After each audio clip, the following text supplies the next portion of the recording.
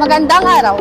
Nandito tayo ngayon sa munisipalidad ng Santa Catalina, Ilocosur para sa Far Square Roadshow 2025 na may temang Kabataang Ligtas at Katuwang sa Kahandaan o Kabalaykan.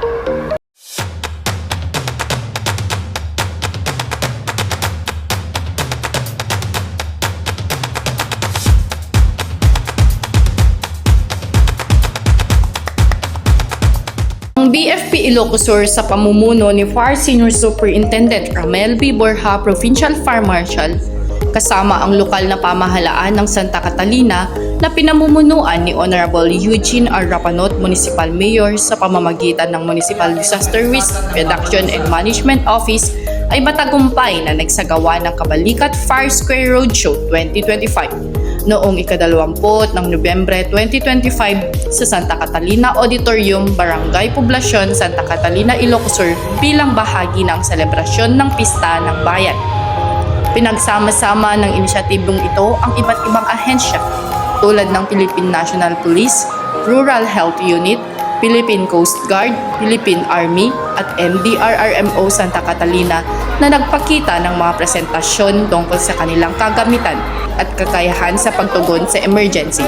Masigasig na nakilahok ang mga estudyante mula sa iba't ibang paaralan sa Santa Catalina sa mga praktikal na demonstrasyon tulad ng CPR, mga pangunahing teknik sa pagsagip at iba pang mga gawaing pangligtas.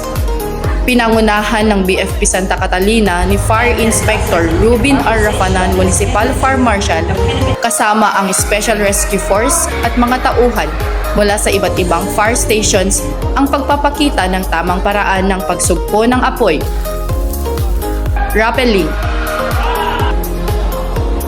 at pag-organisa ng mga palaro.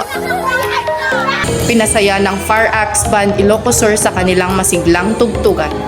Sa pamamagitan ng programang ito, pinalakas ang diwa ng pagtutulungan para itaguyod ang kahandaan sa sakuna, kaligtasan sa tubig at apoy, at katatagan ng komunidad na may sapat na kaalaman, kasanayan at kumpiyansa na makakatulong sa kanilang mga pamilya at buong komunidad.